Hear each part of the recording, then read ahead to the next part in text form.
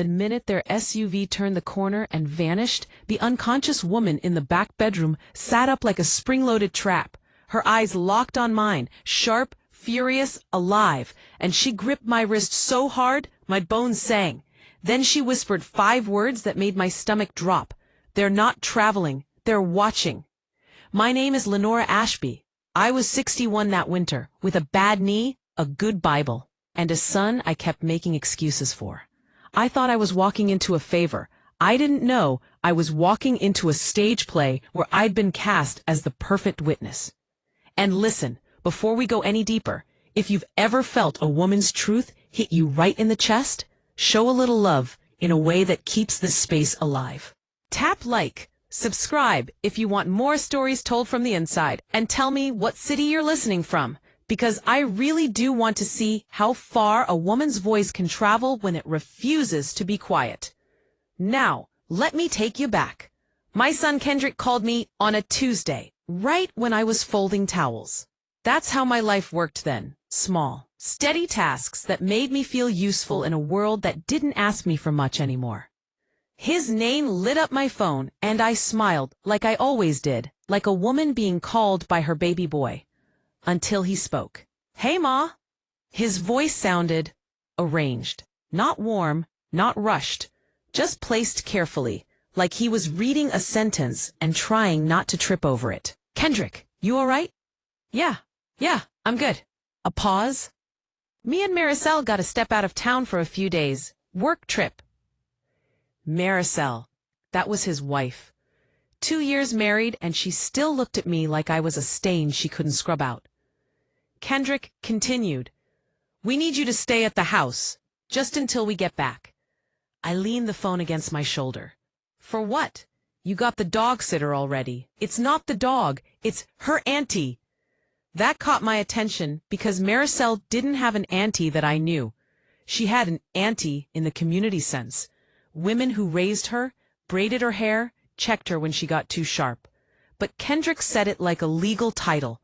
"She's sick," he added quickly. "Had an accident. She's not waking up." I stopped folding. "Not waking up like sleeping?" "Like she's out," he said, too fast. "She's on equipment. We're keeping her at the house, because it's private, and the care is easier." "Why you got her in your guest room and not in a facility?" I asked. A pause, just long enough to feel like a door shutting. "Because Maricel doesn't trust facilities," he said. "And the nurse comes twice a day. It's fine. We just need somebody there in case anything happens in between." Something about that scratched at me. If it was fine, why did he sound like he was trying to convince himself? "How long you gone?" I asked. 3 days. "Maybe 4. Stop. And why you calling me, Kendrick? Where her people at? And why?" "She don't have much people," he said. "And Ma, you're dependable." That word, dependable. It felt like he didn't say it with love. It felt like he said it the way someone says sturdy, like a chair they plan to stand on. Still, I said yes, strong, because I'm a mother, and mothers can be foolish when they're hungry to matter. End of story. Kendrick bought that house 6 months after his wedding, and I never asked how. He said it the way someone says sturdy, like a chair they plan to stand on. One of those places where the lawns look like they were ironed, and the streets are so clean you start wondering what's being hidden. I told myself he'd gotten promoted. I told myself God had finally opened a door for my baby. Now I know doors can open straight into hell. I pulled up with my suitcase, and Maricel met me on the porch in a soft cream sweater that cost more than my electric bill. "Ms. Ashby," she said, with a smile that didn't touch her eyes. I hated when she called me Ms. Ashby, like I was a stranger on a clipboard. "Hey, baby," I said anyway. "How's your auntie?" Maricel's face did something quick, like irritation trying to dress itself as grief. "She's stable," she said, "but she needs someone present. Always." Maricel guided me down the hall like she was showing a real estate listing. The back room had blackout curtains, a hospital bed, monitors, tubing, and a quiet mechanical rhythm that made the air feel borrowed. Maricel guided me down the hall like she was showing a real estate listing. The back room had blackout curtains, a hospital bed, monitors, tubing, and a quiet mechanical rhythm. Not a crack of dryness anywhere, like someone had been caring for her appearance while letting her disappear. Maricel stood at the foot of the bed, hands folded like a church usher. "She fell," Maricel said, "down a staircase. Brain injury. She hasn't spoken in months." I stepped closer, not touching. Something in me didn't want to disturb the illusion. Kendrick cleared his throat. "Nurse comes at 9 and 6. Everything you need is labeled. Just be here." "That's it?" I asked. "Just be here?" Maricel turned and finally looked at me directly. Her eyes were pretty and mean. "Please don't improvise," she said, voice gentle like silk over a blade. "No extra calls, no visitors, no posting anything. We're private people." I blinked. "Posting?" I repeated. "Girl, I don't even post my plate on Thanksgiving." Kendrick grabbed my shoulder like we were close, like he hadn't kept me at a distance for years. "We'll check in tonight," he said. "Love you, Ma." Then they left, and the sound of that front door clicking shut felt like a lock turning.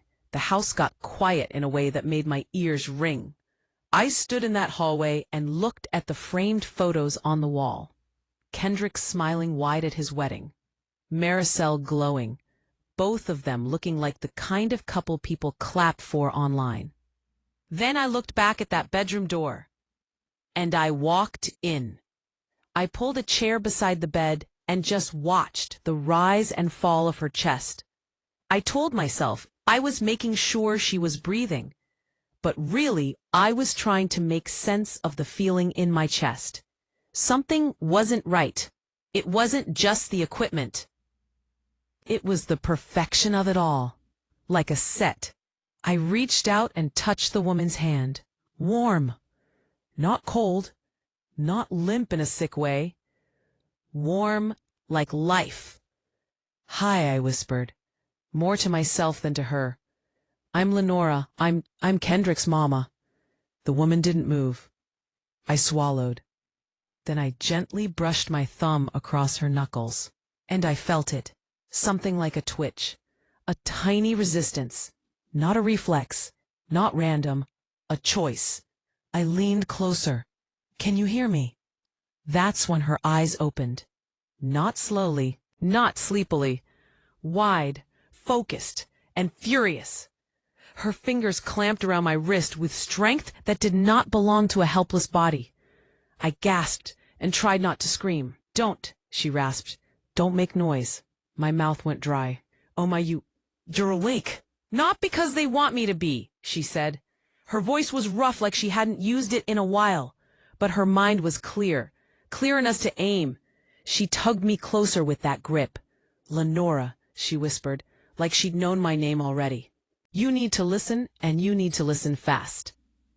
"How you know my name?" I breathed. She blinked hard. "Because I heard them say it. They said you were coming. They said you were perfect." A cold line ran up my spine. "Perfect for what?" I asked. She stared at the ceiling like she was holding back a scream. "To bury me without questions," she said, "and to make it sound like you watched me fade." My chest tightened. "No, no, baby, what are you talking about?" She turned her head and looked at me dead on. "My name is Sophia Rucker," she said, "and they're using your son to erase me." I shook my head.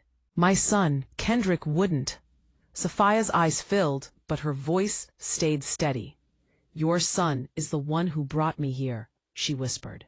"Your son is the one who told Maricel where my accounts are." I stood up so fast, my chair scraped. "No, Kendrick is, he's my child." Sophia tightened her grip again, pulling me back down, like she refused to let me float away, into denial. "Lenora, I've been trapped in this bed while they practiced my death," she said. "They drug me, they document me, they rehearse what they'll say when I'm gone." I swallowed hard. "Drug you with what?" Sophia's gaze flicked toward the IV line. Not what's written on the label, she said. She adds things. She has a way. Maricel. Why would she do this? Sophia continued.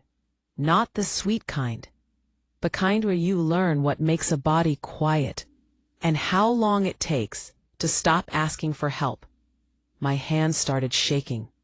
Why would she do this? Sophia laughed once, short, bitter, immense. Strong, because I'm worth money, she said, and because she likes control. Then she leaned closer, voice dropping to a whisper that felt like it scraped the air. And because she's not who she told Kendrick she was, that made me still. What do you mean? Sophia's eyes hardened. Maricel isn't her real name, she said. And that house isn't bought with Kendrick's paycheck. My heart pounded so hard I could feel it in my throat. You sure? I asked. Sophia squeezed my wrist. Not cruel, urgent. I heard them talking. When they think you're nothing but a body, they talk around you. They get careless. They celebrate too early. She swallowed. They said once the travel trip is done, they start the last phase. They said it like a countdown. And start. I stared at her. They left. They on a plane. Sophia shook her head slowly, saying, they didn't go anywhere far. She whispered, they're nearby, watching through the cameras. I turned my head fast, scanning the corners of the room like a paranoid. Cameras? Oh, now beeping back at the camera. Sophia's eyes slid toward a small device on the shelf that looked like an air freshener. That's not scent, she said. That's sight. My skin prickled. I stood and walked straight to it, careful not to touch. It looked normal, too normal. I turned back, mouth open. Why would they watch me? Sophia's voice turned soft, but it didn't comfort. Because you're the witness they need, she said. And if you don't act right, you become the problem they solve. The room felt like it shrank. I lowered my voice. Sophia, do you have family? Someone to call? Sophia's eyes flashed. They cut me off, she said. Told people I was declining. Told my colleagues it was private. Told my friends I didn't want visitors. Her lips trembled. They made me disappear while I was still alive. I felt tears sting my eyes, not because I was tender, but because I was furious. I sat back down. Okay, I whispered. Okay, tell me everything, from the start. Sophia took a slow breath, like she'd been waiting months for somebody to finally ask her the right way. The fall was real, she said. I slipped down a stairwell at my office building. I hit my head. I woke up in the hospital, days later, confused but improving. She paused, swallowing pain. She said, that's when Maricel showed up, she said, crying, claiming she was my niece. The nurses believed her because she had photos, paperwork, all prepared, and because she knew how to perform grief. My mouth fell open. You saying she wasn't your niece? She said. Sophia shook her head. She was my assistant for less than a year, she said. I fired her. N passed. My heart thudded. For what? N passed. Sophia's eyes narrowed. For forging signatures, she said. For manipulating interns. For slipping documents into meetings that didn't belong. Her voice sharpened. For trying to access grant money that had nothing to do with her. I inhaled hard. And Kendrick, I whispered, still trying to keep my son out of it, like I could protect him with my denial. Sophia stared straight at me. Your son met her at a networking mixer, right, she asked? I nodded weakly. That's what they said. Sophia's laugh was small, humorless. They met at a courthouse, she said. Not in a romantic way, in a paperwork way. My chest tightened. I used to testify in fraud cases, Sophia continued. Not as a witness, on expert panels. Maricel showed up at one hearing, pretending to be a paralegal. Kendrick was there too. He wasn't watching the case. Her voice dropped. He was watching the people with money. I felt like the floor tilted. "No," I whispered. Sophia leaned in and spoke like she was pressing a stamp into my brain. "Lenora, your son isn't a passenger in her scheme," she said. "He's a driver." My mouth went dry. I don't understand." Sophia nodded toward the dresser. "Open the second drawer," she whispered. Slow, quiet. My hands shook as I stood. I pulled the drawer open gently. Inside were folders. Thick ones. Neat labels. I didn't have to read long. Power of attorney. Medical proxy. Asset transfer authorization. Account closure request. And the signature at the bottom of each page? Sophia Rucker. Over and over. But the pen strokes looked wrong. Too steady, too traced. I turned back to her, throat tight. This is forgery," Sophia said. I stared at the papers again, and my eyes caught something else. A sticky note, a list, bank names, account numbers, passwords, and beside it, written in a hand that looked like Kendrick's, "Move $80K Friday. Use new wallet." Pause for a moment, and Bess paused. This, I felt dizzy. My son didn't even like paying with a card, always carrying cash like a man afraid of a trail. But he liked a trail when it led away from him. I sat down hard, papers in my lap. Pause. I sat down hard, papers in my lap. Sophia watched me like she knew exactly what I was feeling. "That's why they brought you," she whispered. "So when somebody asks why a healthy woman suddenly died in a private home, you say," she swallowed, "you say she was fading all week." My voice came out broken. "He would kill somebody for money?" Sophia's eyes glistened. "They're planning to make it look natural," she said. "Slow, clean, documented." Undocumented, my body went cold. "And you," she added gently, "you're the soft voice they need in the story." I stared at my hands. All my life, I've been the soft voice, the one who smoothed things down, the one who forgave, the one who made excuses. Sophia's grip loosened on my wrist, and her voice shifted. "But here's what they didn't plan for," she said. Strong. I looked up. She gave me a tight, fierce smile. "Strong P. You came in with a mother's love," she whispered, "and that makes you dangerous."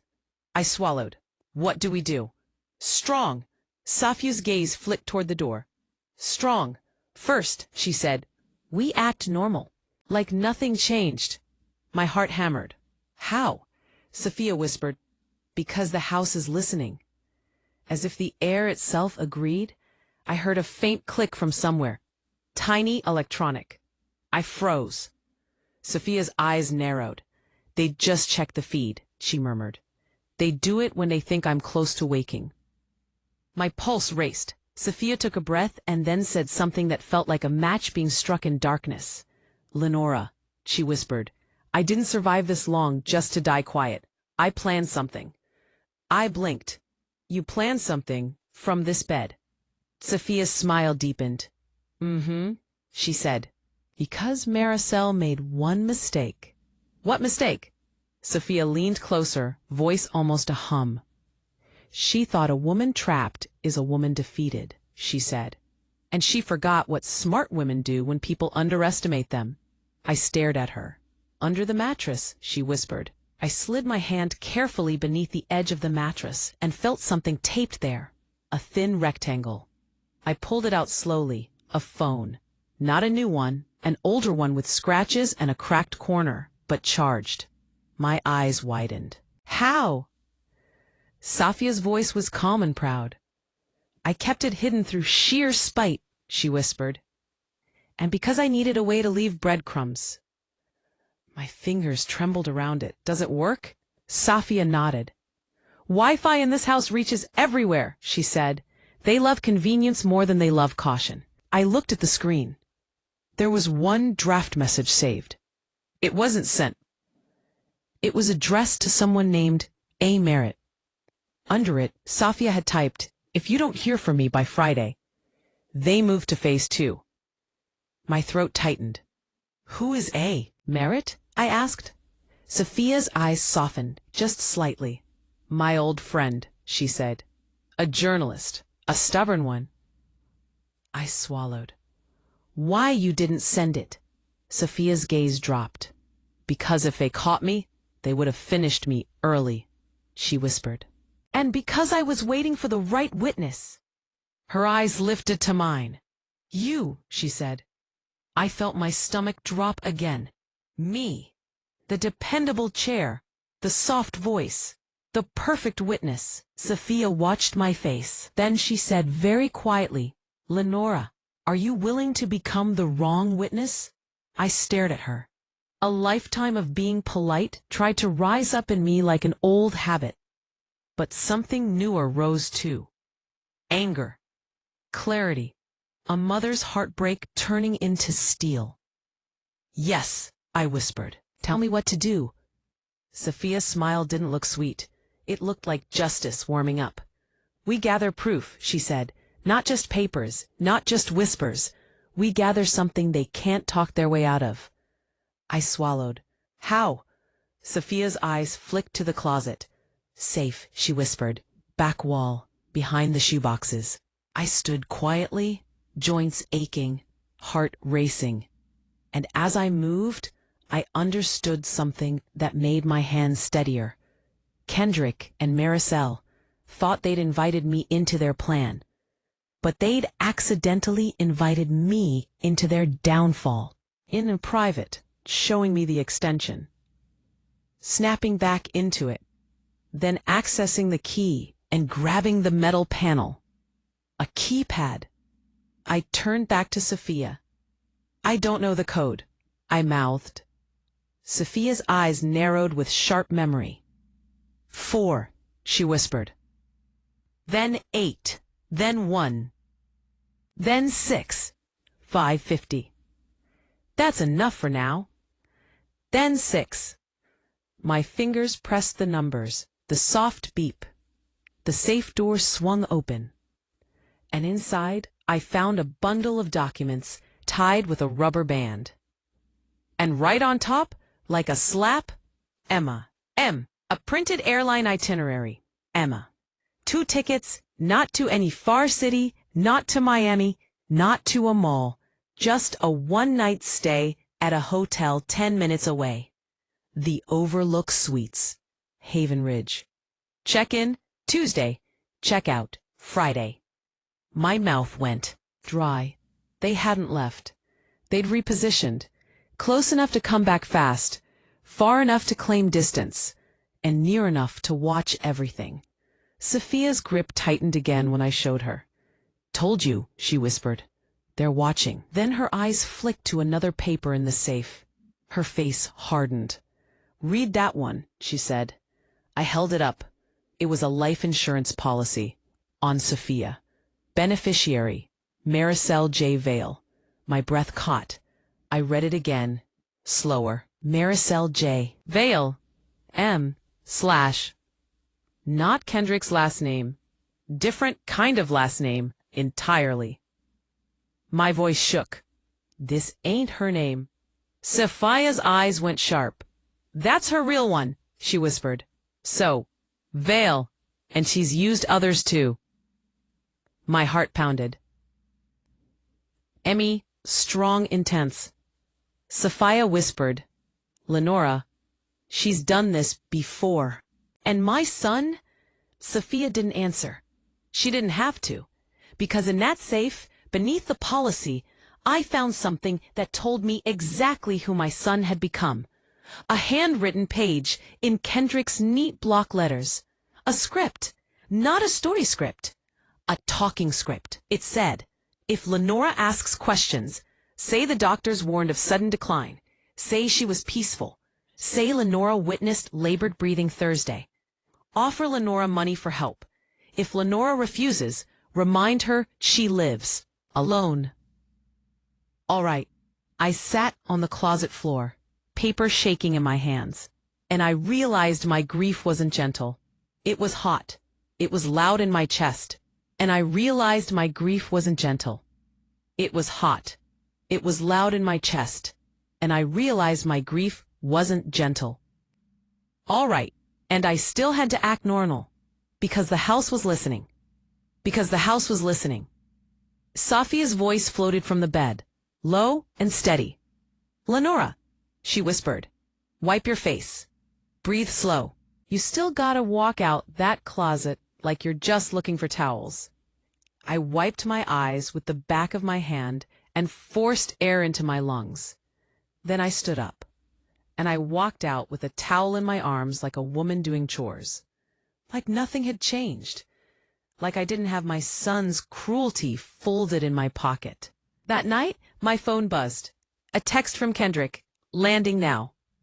Call soon." Landing. Lies stacked on lies. I didn't respond. Instead, I sat beside Sophia's bed and whispered, "We got proof." Sophia's eyes opened, just a crack.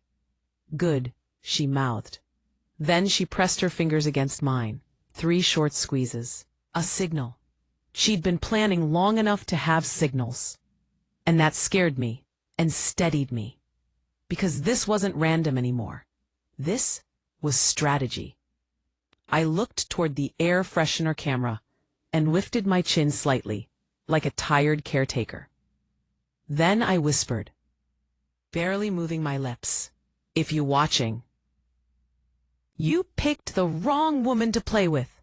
Safia's eyes flicked with something almost like a smile, and somewhere in the house, faint and electronic, I heard another tiny click, like a camera adjusting, like a hunter leaning in. That little click told me 2 things. 1, they were watching. 2, they were nervous, because a predator only adjusts the camera when it thinks the prey might have teeth. I kept my face calm, my shoulders loose, my voice soft. I'd spent a lifetime learning how to make people comfortable while my own stomach twisted. I could do it again. Only this time, I wasn't doing it to keep the peace. I was doing it to set a trap. Sophia's fingers pressed mine, 3 quick squeezes again, her signal to keep moving like nothing had changed. So I did what women like me do when the world turns cruel. I made tea. I cleaned the kitchen. I folded a blanket. I became background. And while I looked like background, I was counting exits, watching reflections, noticing where dust didn't settle, tiny signs that something had been moved, something had been installed, something had been staged. Every corner of that house looked expensive, but it didn't feel lived in. It felt curated, like Maricel had built a show home to sell a story where she was the devoted niece, a story where my son was the grieving son-in-law, and a story where I was the sweet older mother who witnessed the natural decline. No, not today. Around 8:10 p.m., the phone in my hand buzzed again. Kendrick calling. I looked at Sophia. She stared back, calm but alert, like a woman listening through walls. I answered with the voice I used when I didn't want anyone to hear my fear. "Hey, baby." "Ma," Kendrick said, too cheerful, like he was forcing bright paint over rot. "How's she doing?" "She's the same," I said. "Quiet." "Good," he said quickly. Then, almost too casually, "You been in and out her room much?" That question put ice in my spine. "Just to check on her," I said. "Why?" "No reason," he replied fast. "Just cameras and monitors and stuff. Don't want to bump anything." Cameras. He said it like a normal word, like couch or lamp. So he knew. And he wasn't even trying to hide it. I swallowed. All right.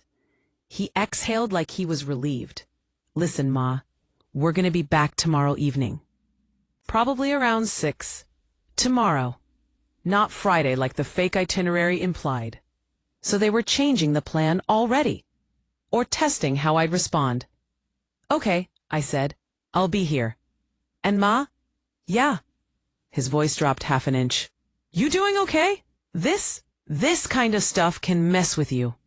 There was a sweetness to it that almost fooled my heart for half a second. Almost. Then I remembered the script in his safe. Remind her she lives alone. I'm fine, I said, soft. Good, he said, because Maricel is stressed, so don't say anything that might upset her. There it was. Sophia whispered. Turn the water to full blast until the bathroom steamed and roared.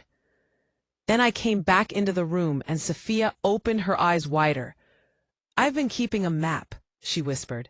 A map of what? Of their habits, she said. Times, movements, when Maricel changes the IV, when Kendrick checks the cameras, when they argue, when they celebrate. I leaned in. Celebrate? Sophia's mouth tightened. You'd be sick how happy they sound when they think I'm deep under. I swallowed hard. Tell me what you think is coming. Sophia drew a slow breath. They're moving the timeline up, she said. That means one of two things. What? Either they're scared, she whispered, or the money move didn't go the way they wanted. I remembered that note. Move 80K Friday. Use new wallet. Why would the money move fail? I asked. Sophia's eyes sharpened. Because I built a delay into one of my accounts months ago. My mouth fell open. You did what? She gave a tiny, proud nod. While I still had a window of clarity in the hospital, I called my credit union and set a verification trigger for transfers above a certain amount. I told them I was being pressured. My heart stuttered. So if they try to pull a big amount, they get flagged, Sophia said. And they get angry. I felt my pulse rise. So tomorrow, they might come back ready to finish this. Sophia's voice turned firm. Yes, she whispered. And that's why tonight we lay our bait. We worked like two women who'd survived different storms but understood the same sky. I took pictures, quietly, of everything in the safe. The fake scripts, the insurance policy, the hotel stay. I recorded short video clips too, panning slowly so nobody could later claim it was edited. Then, Sophia told me where else to look. Maricel keeps a care log, she whispered. Not the one she shows the nurse. The real one. Where? Kitchen pantry, Sophia said. Behind the fancy cereal she never eats. I went in there with the calm walk of a woman grabbing a snack. Behind a box of imported granola, there it was. A slim notebook with a pale gray cover.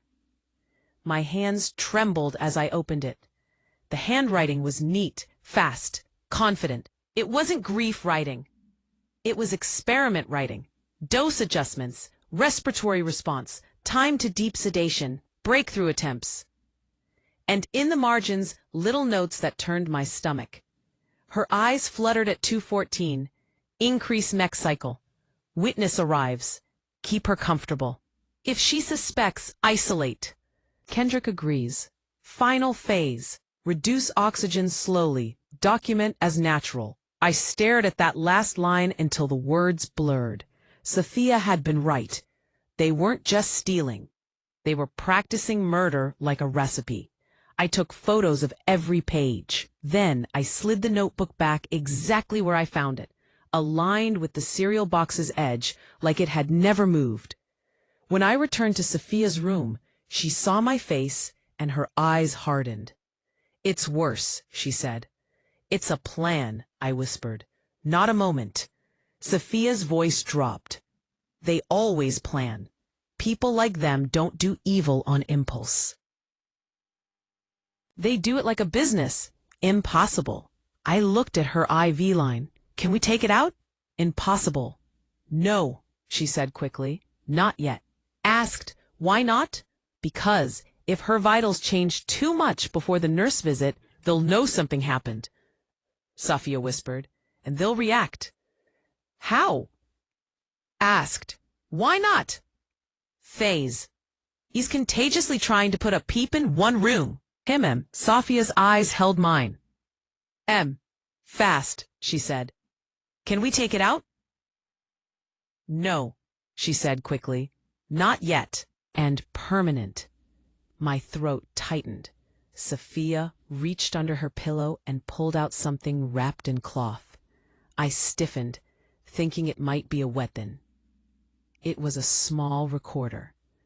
And then another. And another. I stared. How many? I collected them over time, she whispered. Ordered them. Hid them. One at a time. Like crumbs. I swallowed. You really been planning from that bed? Sophia gave a humorless smile. They thought unconscious meant useless. She handed me one of the recorders. This one goes in the living room, she said. This one goes by the kitchen. This one stays in here. I held it carefully. What about cameras? They'll see us planting stuff. Sophia's gaze flicked up. Not if we do it in their blind spots. I blinked. Blind spots? They installed cameras for control, she whispered. Not for skill. They didn't hire professionals. Kendrick did it himself. She told me exactly where the cameras pointed and where they didn't. We moved like shadows, using the shower noise and the hum of machines to cover small sounds. By midnight, the house was wired with truth. And then Sophia said the next part, quietly, like a prayer. Now we make them confess again. I frowned. They already confessed with that script in the safe. Sophia's eyes narrowed. I want them to confess with their mouths, on audio, with their own confidence, because confidence makes people sloppy. I looked at her. How do we do that? Sophia's lips curved slightly. We make Kendrick think you're on their side, she whispered. My stomach turned. Sophia, I can't. You can, she said gently, because you've been doing it your whole life, being agreeable, being soft, being understanding. I hated how right she was. Sophia continued, tomorrow when they come back, you act exactly like the woman they think you are. Confused, concerned, loyal. Piece of myself, I whispered, I don't want to. Sophia's gaze softened, and I know, she said, but you want them caught more than you want comfort. I nodded, throat tight. She squeezed my hand. And Lenora? Yeah, she whispered. Yeah, asking or wondering. If you get scared, if you feel your courage slip, remember this. What? You're not lying to protect them, she said. You're lying to expose them. That line sank into me like a nail holding a board steady. The next morning, the nurse arrived at 9:03 a.m. Nurse Eliana Phelps. Strong, that was her name. A warm woman in her 40s with tired eyes and gentle hands. She smiled at me like I was family. Good morning, Miss Ashby, she said softly. How's she been overnight?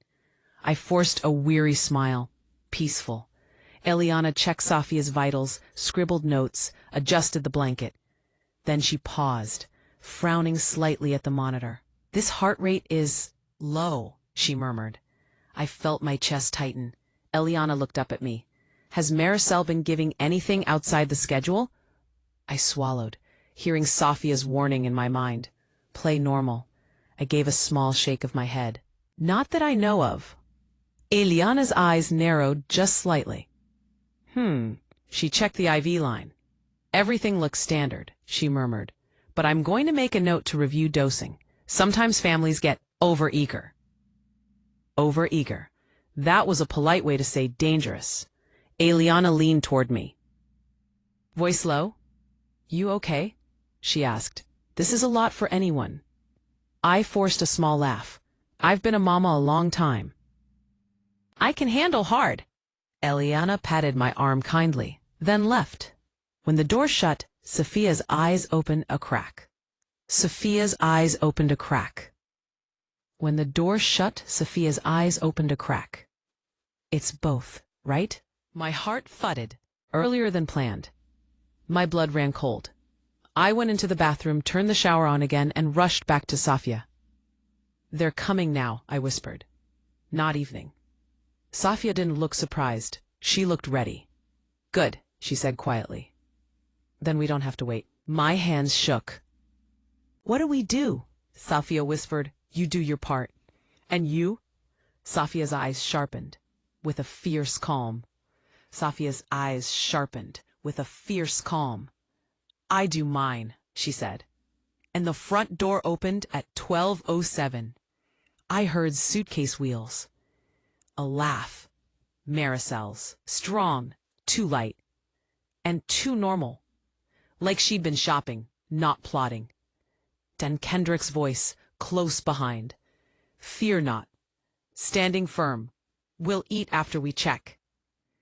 Their footsteps came down the hall. I stood in the doorway of Safia's room, like a faithful guard. STMSKERD. Maricel appeared first, wearing dark sunglasses indoors like she was a woman who liked hiding her eyes. Our girl, not a doll. Safia was a person, not a doll. I forced a tired smile. Same. Nurse came, said she's stable. Maricel's jaw tightened just a fraction. Nurse said anything else? I kept my voice soft. She asked if we'd change dosing. Maricel's smile stayed on her face, but her eyes turned into glass. She did? Maricel asked. Kendrick stepped in, gaze sharp. What'd you tell her? I said not that I know of, I replied. Gentle. Because I don't. Kendrick's eyes held mine too long. Testing. Then he nodded like he'd accepted my answer. Maricel moved to the bed, stroked Sophia's forehead with fake tenderness. Poor auntie, she cooed. Still fighting. Kendrick sighed dramatically. This is hard, Ma. I nodded, acting like a woman burdened by sadness instead of rage. Maricel turned to me, voice soft. Thank you for being here, she said. You've been useful. Useful. Not grateful, not loving. Useful. I smiled anyway, because my smile was a hook with bait on it. I'm just trying to help family, I said. Kendrick's shoulders eased. He believed me, and belief makes criminals sloppy. They settled in fast. Too fast. Kendrick went straight to his laptop at the dining table. Maricel disappeared into the kitchen and returned with a small case, medical-looking. She opened it with the ease of someone who'd done it 100 times. Then she spoke without looking up. Lenora, you can go rest. She said, I'll take over. Kendrick chimed in. Yeah, Ma, you look tired. I swallowed. I can stay. Help. And then Maricel's eyes flicked to Kendrick. A look passed between them like a secret handshake. Then Maricel smiled. And I actually, she said, stay. My stomach dipped. Kendrick asked, mild irritation. Maricel's smile didn't move. Because she's been here already. If Auntie takes a turn, it's better for the record that Lenora's present. Record? She said it like she meant paperwork. I forced a small nod. Of course. Kendrick's mouth tightened. He didn't love it, but he accepted it. Then Maricel said casually, I'm going to adjust the evening meds. Nurse got nosy. Kendrick leaned back in his chair. We need to be careful. Maricel gave a little laugh. Careful is why we're still winning. Winning. They weren't even pretending this was love anymore. That night, they ate takeout Thai and talked like normal people. That was the scariest part. Because evil that looks like normal is the hardest to spot until it's too late. Kendrick sipped beer. Maricel scrolled through her phone. Did the transfer go through? Maricel asked. Kendrick's jaw clenched. Not yet. Maricel's eyes narrowed. Why? Some verification trigger, Kendrick muttered. It's annoying. Maricel's smile vanished. So she did set protections. Kendrick rubbed his face. I'll get around it. Maricel leaned closer, voice low enough that she thought only Kendrick could hear. But the recorder by the fruit bowl was hungry. If you can't get around it, she whispered, then we do this faster. We don't need her accounts if we get the policy. Policy. My stomach turned. Kendrick said quietly, Ma is here. Maricel glanced at me like she'd forgotten I was a person. Then she smiled.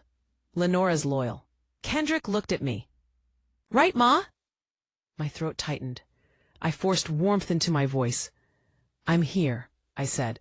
Whatever y'all need. Maricel's lips curved. That's good, she said. Because tomorrow we start documenting the decline. I gripped my fork tighter. Kendrick nodded, like he was agreeing to a grocery list. Maricel kept talking, calm as weather. Labored breathing, she said. Skin cool, lids pale. We call Eliana with concern. We sound devastated. Kendrick added, and Ma confirms she saw it. My heart thudded. Maricel's eyes met mine. You'll confirm, she said gently, because you were here. Watching. Caring. He rested. I swallowed. Okay. Kendrick's voice softened into something dangerous. You understand, Ma? He asked. I forced a nod. I do. Maricel smiled again like a woman pleased with obedience. Then she leaned back and said something that made my blood freeze.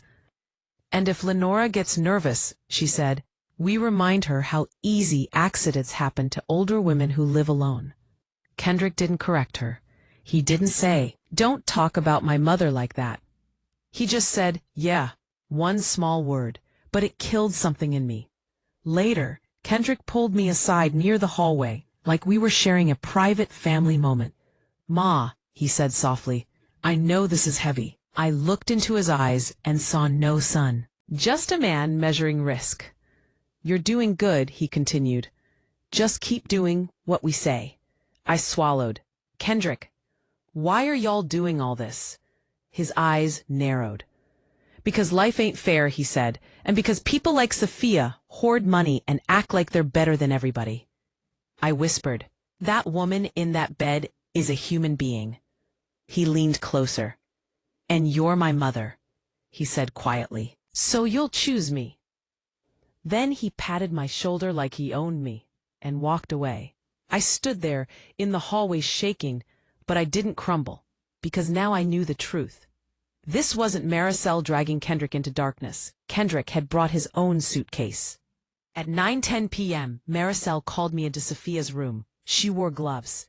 Not medical gloves, black nitrile gloves like a mechanic. She held a syringe with a careful hand and spoke in a tone that made my skin crawl. This will help her rest, she said. I forced my voice to sound unsure. That's stronger than usual, ain't it? Maricel smiled. We're adjusting. Kendrick appeared behind her, arms crossed. Ma, he said softly, don't start second-guessing now. I looked from the syringe to Sophia's still face. Then I did what Sophia told me to do. I acted like a woman surrendering to family. I'm sorry, I whispered. I'm just nervous. Maricel's smile returned. That's normal, she said. But listen, tomorrow might be the last day. And it's better if it's peaceful. Peaceful, that word again. A pretty word for murder. Maricel moved toward the ivy port. My heart hammered. Safia's eyelids fluttered, barely, like she was signaling, hold. Maricel pressed the needle in. Then she looked at me. You see, she said softly, nothing dramatic, just care. Kendrick nodded. That's how it has to look. I whispered, okay. Maricel disposed of the syringe and sighed like she'd just finished laundry. Then she said, tomorrow we talk about what you'll say if anyone asks questions. My mouth went dry. Questions from who? Maricel smiled, cold. Police, she said. Insurance. A nosy nurse doesn't matter. Kendrick added, you'll say she never woke up. Not once. Maricel leaned in, voice sweet as poison. And you'll say she was surrounded by love, she whispered. I nodded slowly, because the recorders were drinking every word. At 2:17 a.m., I couldn't sleep. I slipped into Sophia's room, careful, quiet, her eyes open slightly. She gave you something? I whispered. Sophia's lips barely moved. Not enough, she breathed. I held it back. How? Sophia's eyes sharpened with a tired fire. Anger, she whispered. Anger keeps you awake. My throat tightened. I heard everything, I whispered. Everything they said.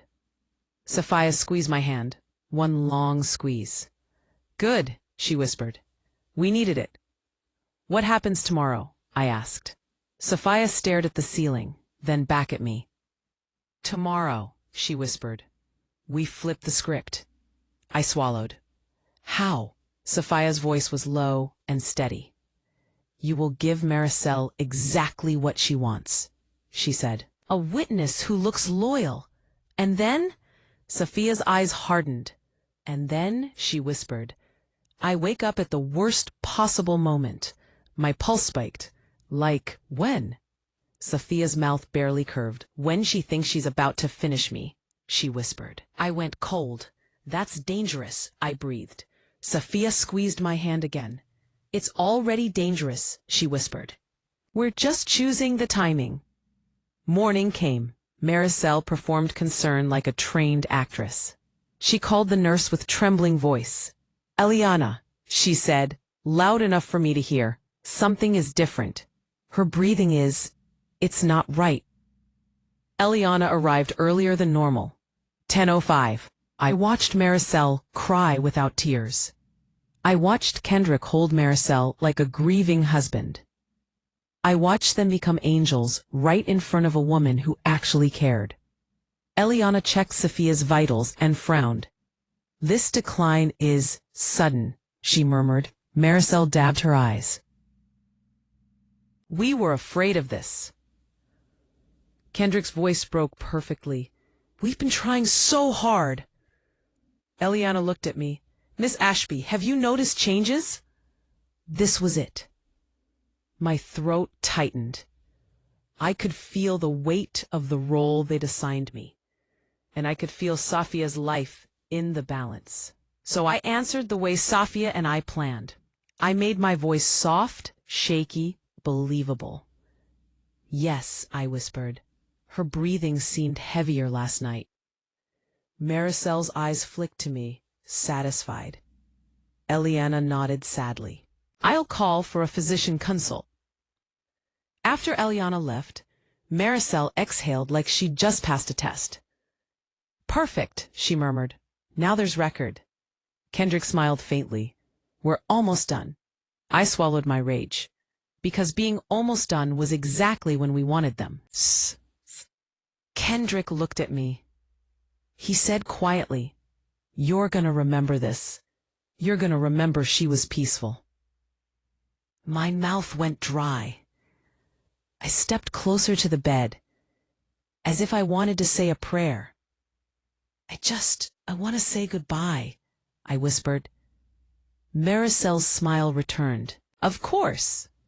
Kendrick nodded. Do it. I leaned down toward Safia's ear.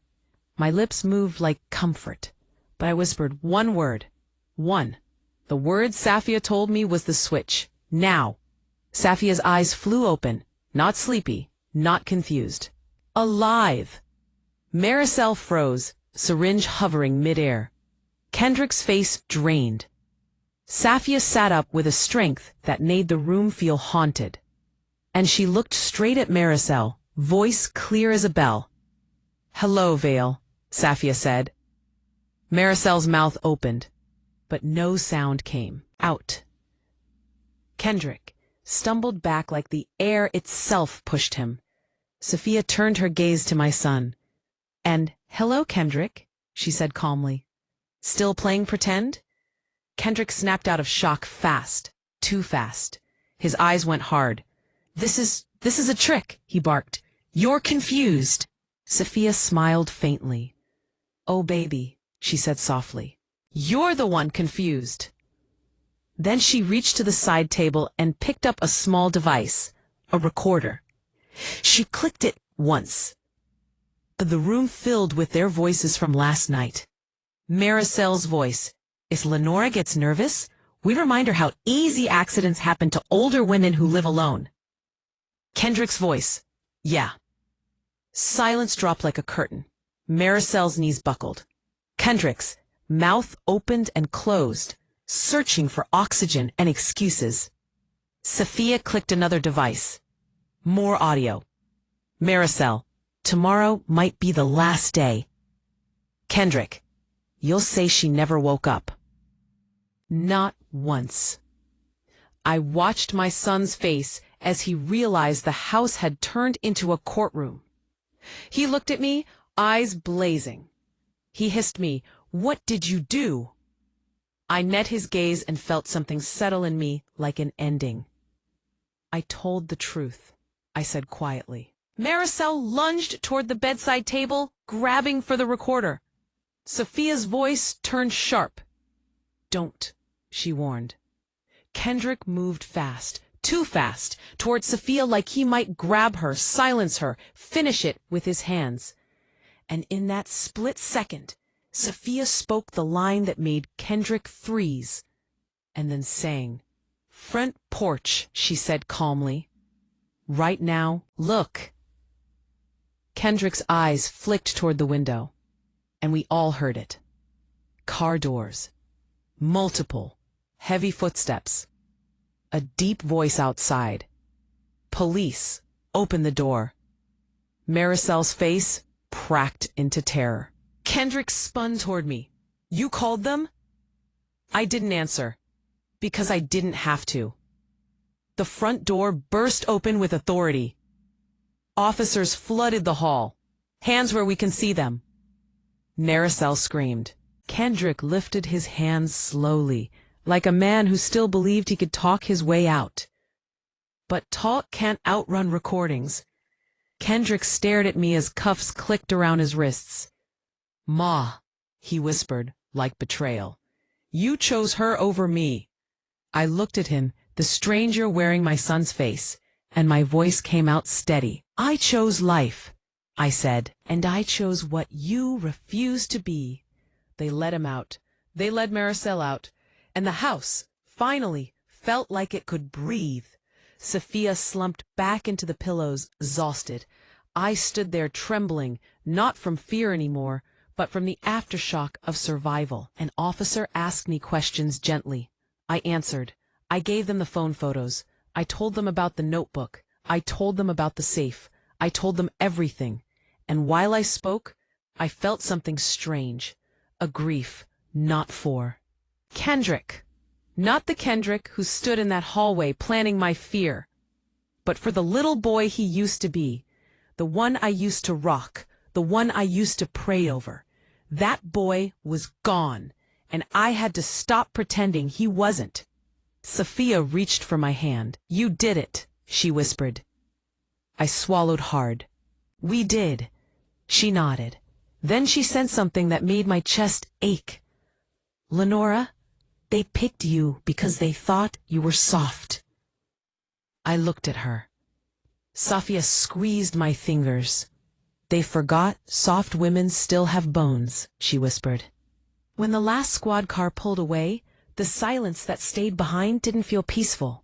It felt watchful, like the house itself was holding its breath, waiting to see what I'd do next. An officer named Detective Raina Holloway stayed behind. Black woman, steady eyes, voice like she'd been doing this long enough to recognize a lie before it was spoken. She asked me to sit at the dining table. "Ms. Ashby," she said gently, "I need you to tell me everything again, from the moment you arrived." I looked at the table where Kendrick had sat, tapping his laptop like he was planning a vacation instead of a funeral. My throat tightened, but my voice stayed firm. "I came here thinking I was helping," I said, "but it was a trap. For me, for her, for anybody who still believes family can't be a weapon." Detective Holloway didn't flinch. She only nodded. "Okay," she said. "Start with what you found." So I showed her. The pictures of the safe, the fake witness script, the hotel stay, the life insurance policy with the name Vale, the notebook in the pantry. And when I played the audio, I watched Detective Holloway's jaw harden, just a little. That wasn't shock. That was confirmation, like she'd been waiting for proof of something she already suspected. When the last recording ended, she leaned back and exhaled. "Ms. Ashby," she said slowly, "this isn't a one-off." My stomach dipped. "What do you mean?" I asked. Detective Holloway slid her phone across the table. She didn't show me pictures. She showed me a list. Names, dates, cities, some marked missing, some marked deceased. I stared until my eyes blurred. "What is this?" I whispered. "A pattern," she said. "A trail. People who got sick fast. People who signed paperwork they never remembered signing. People whose families said they were fine, then suddenly, my mouth went dry, explaining to Detective Holloway, "You saying Maricel did this before." Detective Holloway nodded once. She said, Maricel, propped up in the living room now with a blanket around her shoulders, spoke quietly. "It's Be still." Maricel, propped up in the living room now with a blanket around her shoulders, spoke quietly. "I told you," Sophia said. "She's a collector." Detective Holloway glanced at Sophia with respect. "We've had rumors of a small fraud ring using false medical guardianships. It's hard to prove, because they're careful. They don't steal like amateurs. They steal like people who've read the law." Sophia's eyes narrowed. They didn't read it. They practiced it. "And your son," she said, "Kendrick Ashby, he wasn't just the muscle. He's been filing things online, creating digital trails that look legitimate. He's been laundering it through fake consulting invoices." I whispered, and my heart punched my ribs. "He barely wanted to fill out job applications when he was young." Safia's voice was low, "When they're hungry," she said, "or when they're greedy." Detective Holloway tapped the table once. I felt my stomach sink deeper, and my heart punched my ribs. "Oh, just a moment." I whispered Mrs. Holloway, bathed in power, smilingly. And I stared, surprised, in tears, looked at me for a moment. I built a powerful, smiling wreck, and my heart punched my ribs. My stomach sank deeper.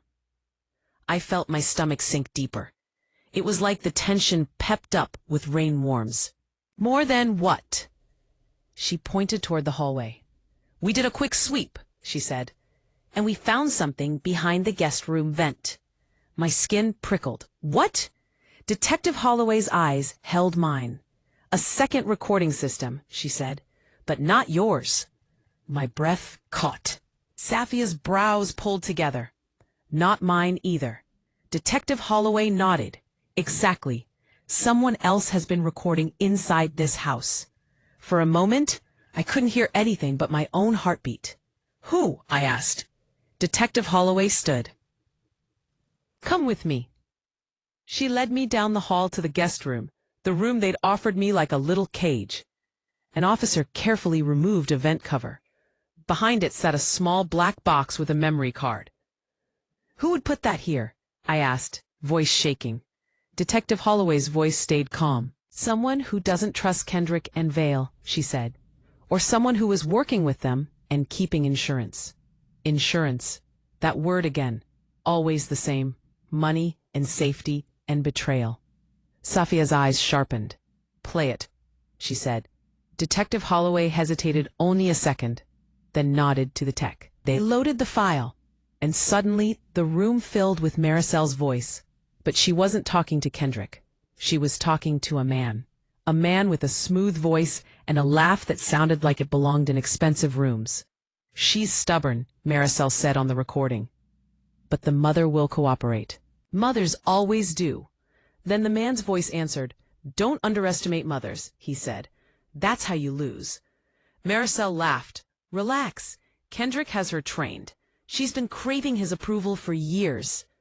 My throat tightened so hard it hurt. Then the man asked the question that made Detective Holloway's eyes flick to mine. "And what about the doctor?" he said. "Safia, she's the key. We need the policy clean." Maricel's voice turned sharp. "She'll be clean," she said. "We're already documenting decline. Nurse is playing along without knowing." The man hummed thoughtfully. "Good," he said. "After it's done, we move the mother. New city, new paperwork. Same story. SAN. Move. Me." Safia, still, but her eyes burning. Detective Holloway paused the audio. "That man," she said quietly, is who we've been trying to identify. Who is he? I asked. Detective Holloway's voice dropped. A lawyer, she said quietly. Or someone using legal access. The paperwork is too clean.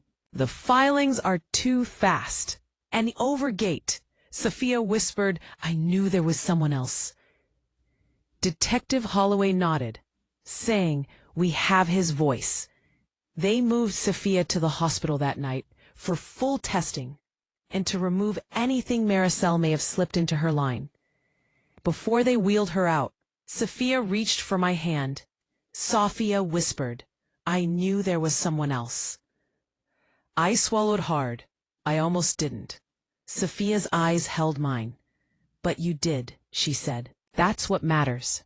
As the paramedics pushed her gurney down the hall, I followed until the front door. She looked back one last time and said, clear enough for me to hear over the noise, Lenora, don't go home alone tonight. I froze. Detective Holloway stepped closer. She's right. She said, we don't know who that recorder belongs to, and we don't know who else is involved. My stomach churned. So what now? I asked. We keep you safe, Detective Holloway said. And we finish this. They put me in a small hotel under an officer's name 2 blocks from the station. A safe room, without calling it one. I sat on the edge of the bed in stiff hotel sheets and stared at my hands like they belonged to a stranger. My phone buzzed at 1:14 a.m. Unknown number. I shouldn't have answered, but something in me wanted to see how bold evil could be. So I picked up. A man's voice came through, smooth and calm. Lenore Ashby, he said. My skin went cold. Who is this? I asked. Voice low. A soft laugh. A friend, he said. Someone who appreciates discretion. I swallowed hard. You're the one from the recording. Silence for a beat, then a gentle exhale. You're smarter than Kendrick, he said. I'll give you that. My heart pounded. Why are you calling me? Because you're in the middle of something bigger than your feelings, he said. And I'm trying to save you from consequences. I gripped the phone tighter. You threatened me? I whispered. His voice stayed calm. No, he said. I'm offering you a choice. My stomach turned. Choice like Kendrick and Maricel offered? I asked. He chuckled softly. Kendrick was emotional, sloppy, he said. I'm practical. I felt my pulse in my throat. What do you want? I asked. He spoke like he was discussing groceries. You walk away, he said. You tell the police you misunderstood. You say you were confused. You say Dr. Rucker manipulated you. My mouth went dry, and if I don't... He sighed like I was tiring him. Then you become a problem, he said, and problems don't age well. My whole body went cold, but my voice didn't shake. You're recorded, I said quietly. A pause. Then that man laughed, genuinely amused. No, Lenora, he said. You're not that prepared. I held my breath.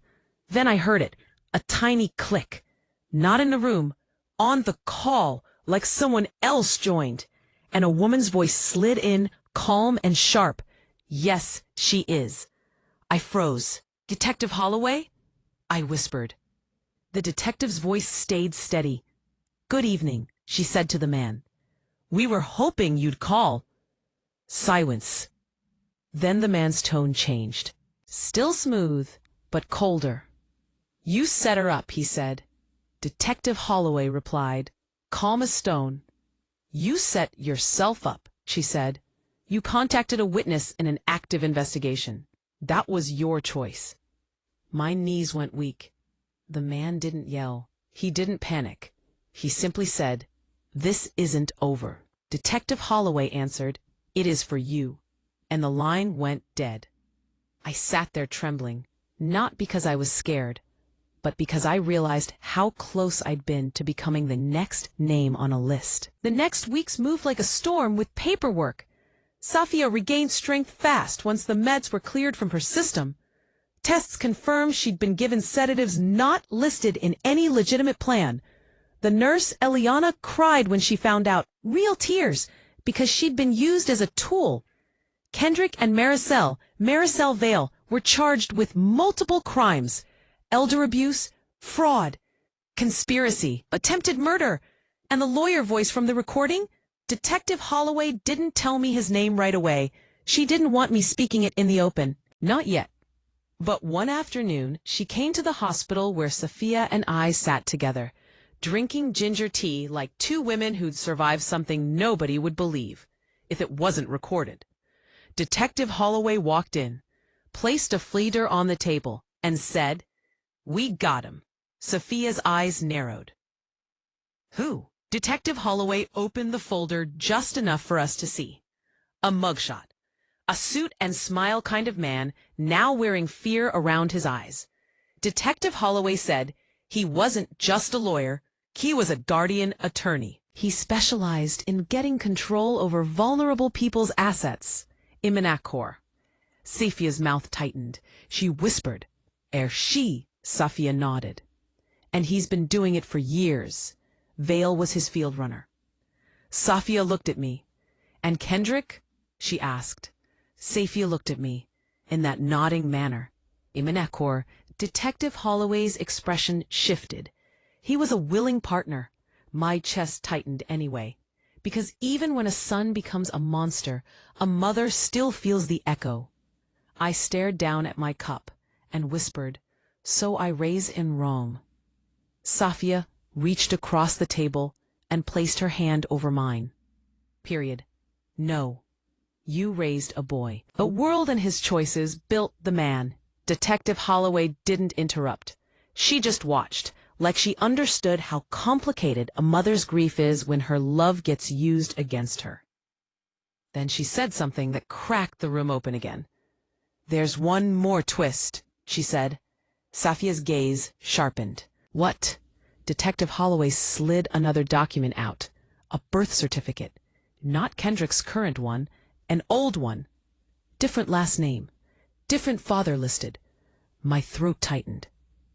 "What is that?" I whispered. Detective Holloway spoke gently.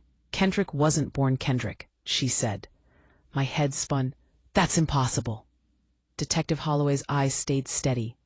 "Lenora," she said, "we ran DNA as part of the wider case because we suspect identity fraud. Kendrick's identity was modified when he was little." My hand shook.